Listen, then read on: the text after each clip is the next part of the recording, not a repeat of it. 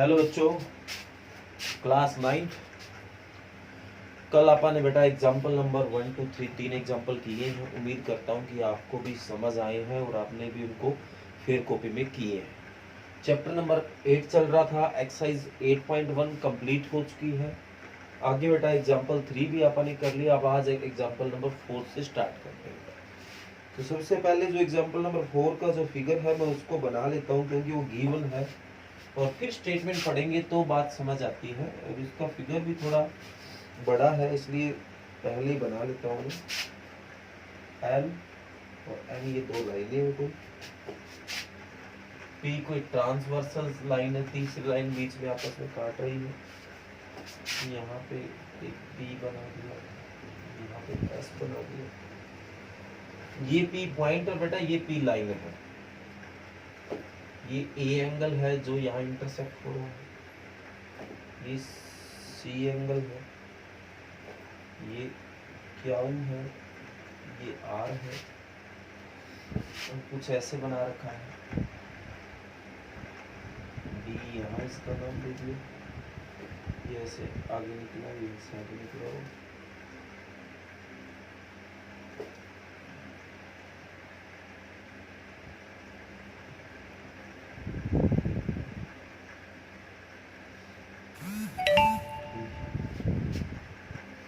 ये लाइनें आगे ऐसे गई हुई है।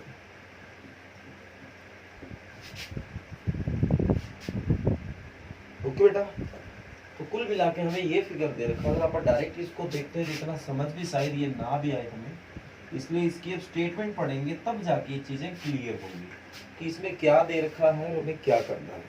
तो स्टेटमेंट ध्यान से सुनना बेटा। Two lines L and M are intersect by a transversal P. दो कोई लाइन है बेटा, इसने बोला एल और एम। मैं दिखाता हूँ आपको, बताता हूँ कौन सी है। ये एल है, ये एम है, दोनों पैरेलल लाइन है बेटा। इसको कोई थर्ड लाइन है ट्रांसवर्सल जो इसको बीच में से कट कर रही है। Show that the quadrilateral format. अब देखो एक बीच में क्वाड्रिलेटरल बन रहा है। ये जो फॉर्मेट हुआ है, बना है, फॉर्मेट बाय द बाइसेक्टर। ये जो बना है ना वो बाइसेक्टर से बन रहा है। जैसे ये पूरा एंगल बन रहा था तो ये हाफ और हाफ इक्वल हो गया, तो इससे ये लाइन आ गई। ये पूरा एंगल इक्वल था, ये हाफ बाइसेक्टर हो गया, ये लाइन बन गई। इसी तरह ये इक्वल है, ये बन गया, और ये तो सीधी लाइन है ये। ओके, तो ये एक क्वाड्रिलेटरल बन रहा है जो कि बाइसेक्टर से बना है ऑफ इंटीरियर एंगल, जो कि अंदर वाले एंगल है। ये अंदर वाला एंगल है, ये भी अंदर वाला एंगल है। Is a rectangle. अब ये जो बना आपको दिखाई दे रहा है वो एक रेक्टेंगल है। ये जो ए बी सी डी एक रेक्टेंगल है, ये हम शो करना चाहते हैं। क्या शो करना चाहते हैं? A B C D is rectangle, ये हमें शो करना चाहते हैं। ओके बेटा, नाउ वी नो दैट, क्या जानते हैं, L is parallel to M, L M के पैरेलल है, एंड P is ट्रांसवर्सल। जो P है वो ट्रांसवर्सल है। तो अगर ये लाइन और ये लाइन पैरेलल है, ये बीच वाली लाइन है बेटा, ये एंगल और ये इस एक लाइन के इस साइड वाला और एक इस साइड वाला इक्वल नहीं होगा। तो इस एंगल को क्या नाम दूं? PAC। तो जो आपका एंगल PAC है, इस एंगल का क्या नाम दूं? ACR। आपस में इक्वल होगा। अब इस PAC जो एंगल है वो एंगल ये सारा हो गया, इसमें ये एंगल और ये एंगल इक्वल है, तो मतलब मैं इसका डबल लिख सकता हूं। जो ये PAC बना है उसमें दो एंगल बन रहे हैं। मान लो ये P है, ये A है, ये C है, इसमें दो एंगल बन रहे हैं। ये PAC सारा है, ये एंगल और ये एंगल दोनों इक्वल है। तो अगर इतने इतने का लिखूं तो ये डबल हो गया। ओके बेटा, तो ये 2 टाइम हो गया ऑफ इस एंगल का क्या नाम दूं? BAC। ओके बेटा, इसी तरह इधर की अगर बात करें तो ये भी बाइसेक्टर था, तो ये और ये इक्वल एंगल बन रहा है, तो इसको ACD का डबल लिख सकता हूं। ओके बेटा, तो 2 से 2 कट हुआ, तो जो एंगल बी सी ए इक्वल है ए सी डी के, तो बी ए सी मतलब इस एंगल की बात होगी और ए सी डी इस एंगल की बात होगी। ये दोनों इक्वल एंगल है और बेटा ये बीच वाली कोई ट्रांसवर्सल लाइन हो रही है, तो अगर ये एंगल और ये एंगल इक्वल है तो इसका मतलब A B and C D आपस में क्या है, पैरेलल है। Then we can say that, हम कह सकते हैं कि जो ए बी है वो पैरेलल है सी डी के। ओके बेटा, ए बी किसके पैरेलल हो गया, सी डी के। पर रेक्टेंगल में बेटा वही बात, एक साइड पैरेलल करने से तो काम नहीं चलेगा, हमें तो पैरेलल या तो सारा करे तब जाके बात करेंगे। इसी तरह बेटा अगर आप ये लाइन और इस लाइन को पैरेलल प्रूव कर चुके हैं, अब इसको और इसको पैरेलल प्रूव करते हैं, तो देखो क्या हमें इसमें करना पड़ेगा। तो बेटा हमने प्रूव कर दिया है कि देन हम कह सकते हैं कि ए बी सी डी के पैरेलल होगा। अब ए बी सी डी के पैरेलल होगा, इससे ही काम नहीं चलेगा, हमें बी सी और ए डी को भी पैरेलल शो करके दिखाना। तो आप बताओ बेटा, हमने जैसे ये एंगल और ये एंगल ये एंगल और ये एंगल इक्वल दिखाया, क्या उसी तरह ये एंगल और इस एंगल को आपस में इक्वल नहीं दिखा सकते? तो सिमिलरली जो एंगल इधर वाली अगर आप बात करें, जैसे इसमें अपन ने बात की बी ए सी में आए, वैसे आप एस ए सी में भी तो आ सकते थे। ये इक्वल होगा इधर वाला एंगल इस एंगल की, इसको क्या नाम दूं, ए सी बी, ये एंगल नाम दूं, तो इसके भी दो हिस्से हुए बेटा, तो ये एंगल इस एंगल के इक्वल होगा, सीधा भी आप कह सकते हैं, ये कोई बड़ी बात नहीं है। ये एंगल और ये एंगल आपस में क्या हो जाएगा बेटा, इक्वल हो जाएगा। तो ये भी अल्टरनेट इंटीरियर एंगल है बेटा, तो ये इस लाइन के साथ जुड़ा है, ये इस लाइन के साथ, तो देन आप सीधा ही कह सकते हैं बेटा जो BC है वो पैरेलल होगा, BC पैरेलल होगा AB। बेटा AB भी पैरेलल हो गया CD के, BC पैरेलल हो गया AD के, तो 10 ABCD इज ए पैरेललोग्राम। अब वही बात, हमें पैरेललोग्राम नहीं प्रूव करना, हमें रेक्टेंगल प्रूव करना है। तो पैरेललोग्राम और रेक्टेंगल में फर्क ये होता है बेटा कि पैरेललोग्राम और रेक्टेंगल में एक चीज कॉमन होती है, आमने सामने की साइड इक्वल होती है, जो कि अपन ने कर दी। इक्वल कह दो या पैरेलल है तो भी बात चल जाएगी। इसके साथ साथ एंगल 90 का भी होना चाहिए। तो देखो बेटा कैसे करता हूं मैं, तो ऑन लाइन सेगमेंट PAS, तो बेटा इस लाइन सेगमेंट में जो ये एंगल और ये एंगल दोनों का जोड़ क्या होगा, 180 होगा। तो जो एंगल इसका नाम ले तो PAC है और इसका नाम ले तो SAC है, दोनों का जोड़ 180 डिग्री। तो जो PAC है, PAC इसको इसका डबल लिख सकते हैं, अभी यहाँ कहीं लिखा था ये 2 एंगल BCA प्लस SAC को इस एंगल का डबल लिख सकते हैं, क्योंकि ये बाइसेक्टर है, ये भी बाइसेक्टर है। तो एंगल 2 टाइम इस एंगल का क्या नाम दूं, CAD is equal to 180 degree. तो ये 2 कॉमन आके इसके डिवाइड में, BCA CAD is equal to 180 degree by 2 common आके डिवाइड में। तो BAC मतलब ये इतना एंगल, CAD मतलब ये एंगल, तो ये कुल मिला के तो सारा ही एंगल हो गया बेटा। ए एंगल की बात होगी, एंगल A बन गया है ये, या पूरा नाम इसका दें तो BAD बन गया है। तो BAD इज इक्वल टू क्या आ गया, 90 डिग्री। तो BAD अगर 90 है तो आप समझ गए होंगे कि इसका ईच एंगल, रेक्टेंगल के तो सारे ही 90 होते हैं, तो ये 90 तो सारे ही 90 है। thus we can say that, क्या कह सकते हैं कि जो ABCD है वो एक रेक्टेंगल है। ओके बेटा, तो यही हमें प्रूव करना था। एग्जाम्पल नंबर 4 है बेटा। अगर आपको अब भी ना समझ आया है या कोई भी और आपको प्रॉब्लम इसमें नज़र आती है तो बेटा बता देना, आपको दोबारा समझा दिया जाएगा। कोशिश मेरी यही थी कि इसमें सारी चीज़ आपको समझ आए। फिर भी अगर लगता है कि कोई बात रह गई है जो आपको समझ ना आई हो तो बेटा बता देना, आपको एक बार और समझा दूंगा।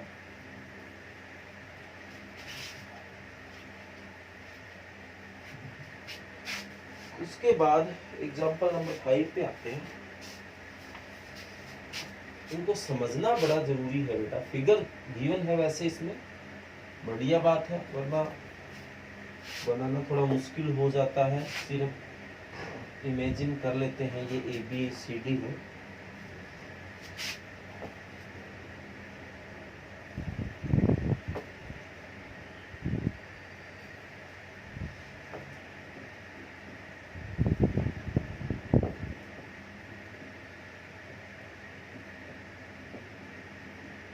ये ऐसा फिगर दे रखा है। अब पढ़ते हैं क्या है ये। Show that the bisector of angle of parallelogram form a rectangle. Show that the bisector of angle of parallelogram, कहता है पैरेललोग्राम के जो एंगल का बाइसेक्टर है, जैसे इस एंगल का ये बाइसेक्टर है, इस एंगल का ये बाइसेक्टर है, मतलब ये एंगल इसके बराबर है, ये इसके बराबर, ये इसके, तो ये इस एंगल का बाइसेक्टर है, ये इसका है, ये इसका बाइसेक्टर है, ये इसका बाइसेक्टर है, और ABCD एक क्या है आपका पैरेललोग्राम है।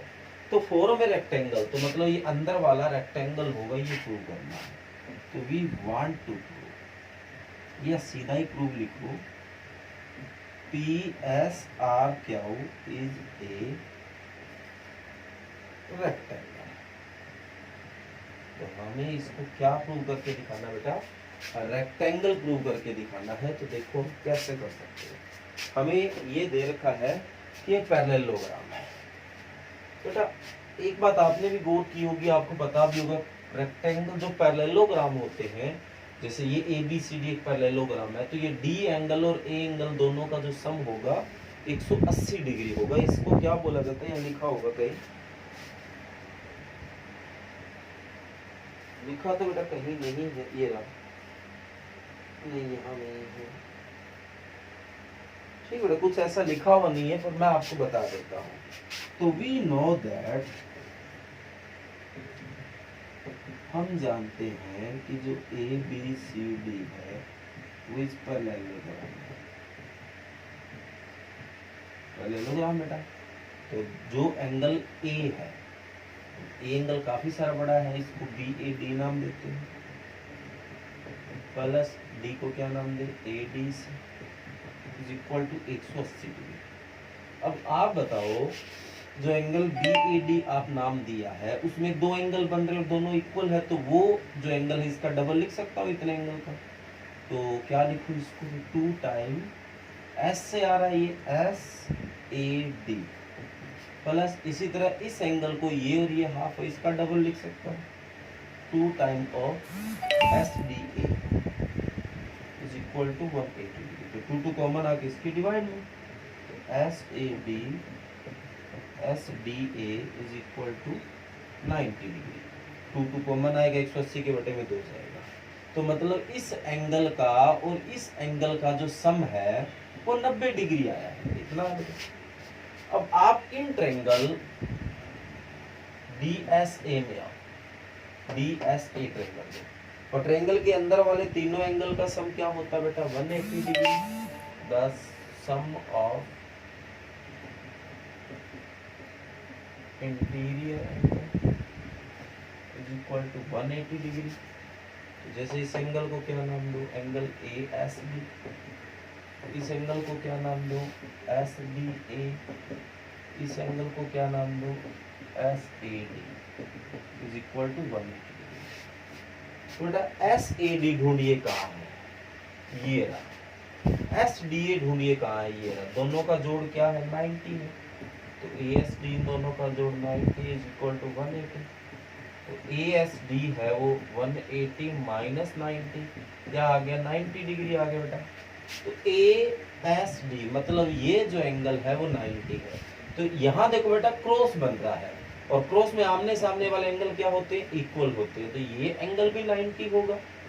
ओके बेटा, तो then if ASD, then ASD है वो इक्वल होगा PSR के।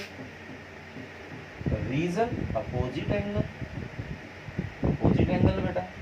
तो ये जो एंगल अगर 90 है तो सिमिलरली ये भी 90 आ जाएगा, क्योंकि जैसे यहाँ दिमाग लगाया वैसे आप यहाँ भी लगा सकते हो, और बाकी करना नहीं है, सीधा ही आप कह दोगे similarly angle P, angle Q and angle R 90 degree. तो सारे 90 बेटा, ये भी 90, ये भी 90, ये भी 90, ये भी 90, तो ये क्या हो गया, रेक्टेंगल हो गया बेटा। ओके, तो 10, ठीक है, ये एंगल भी 90 हो गया, ये भी 90 हो गया, ये चारों 90 कहाँ होते हैं बेटा, आप भी जानते हो, ये कहाँ मिलेंगे आपको एंगल, ये एक रेक्टेंगल हो गया, कौन सा, PSR। ओके बेटा, सिमिलरली जो एंगल P है, Q है, R है, वो आपका क्या आ गया, 90 डिग्री आ गया है। तो सारे एंगल 90 कहाँ है, तो बेटा ये एक रेक्टेंगल होगा। तो 10 PQRS इज ए रेक्टेंगल, तो वो क्या होगा, एक रेक्टेंगल होगा। ओके बेटा, यही हमें प्रूव करके दिखाना है। ये एग्जांपल नंबर 5 है। इसके बाद आप जो करेंगे वो एग्जांपल नंबर 6 होगा। उसकी स्टेटमेंट भी कुछ इसी तरह की होता है।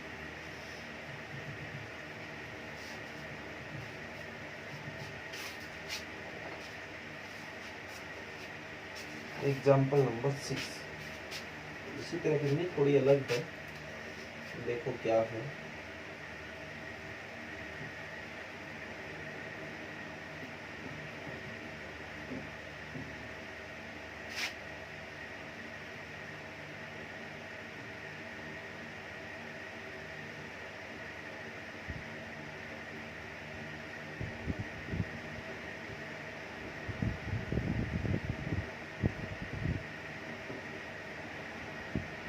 ये आपको फिगर है, इसको पढ़ते हैं, इसने क्या दिया है कि ABCD इज ए पैरेललोग्राम। जो ABCD है वो एक पैरेललोग्राम है, in which P and Q are mid point of opposite side AB and CD।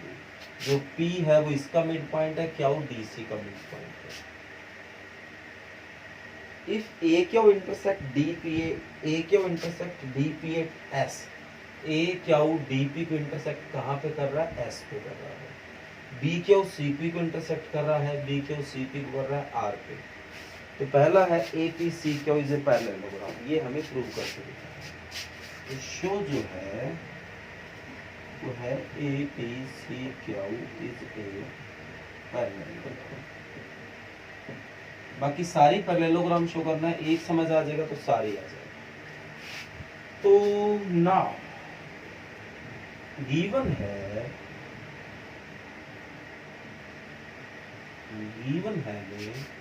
कि AB is parallel to DC। Parallelogram में पैरेलल भी होगा, इक्वल भी होगा, and AP is equal to DC। अब दोनों साइड आप 2-2 लगा देते हैं। AP को भी 2 से डिवाइड किया और DC को भी 2 से, कोई गलत तो नहीं किया।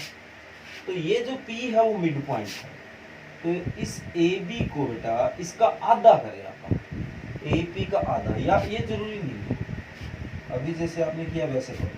AP नहीं, AB है ये, AB is equal to DC। Okay, तो इसका AP मिड पॉइंट है, तो मतलब ये आधा और आधा जैसे एंगल कर रहे हैं, तो ये डबल हो गया AP का। इसी तरह ये CQ का डबल हो गया, 2 से 2 कटा, तो AP is equal to CQ आ गया। ये और ये इक्वल आ गया, इक्वल भी है और पैरेलल भी है, क्योंकि जब पूरा DC AB के पैरेलल है, if DC is parallel to AB, then also AP is equal to QC। ये भी इसके पैरेलल होगा, बेटा ये इसके पैरेलल भी है, ये इसके इक्वल भी है। तो कल अपन ने बात की थी, तो thus we can say that हम कह सकते हैं कि जो ए बी सी क्यू है वो एक पैरेललोग्राम होगा। क्या कंडीशन बताई थी बेटा कि दो अपोजिट साइड है पैरेलल और इक्वल शो कर दो, पक्का वो पैरेललोग्राम होगा। ओके बेटा, तो ये फर्स्ट पार्ट अपन ने प्रूव किया, और सेकंड और थर्ड पार्ट भी सेम इसकी कॉपी है बेटा। तो वो भी एक बता देता हूं आपको कैसे है। D P B Q, D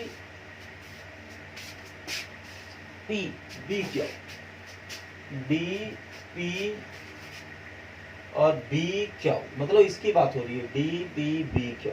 तो वही बात है बेटा कि ये इसके पैरेलल है तो ये इसके इक्वल भी होगा।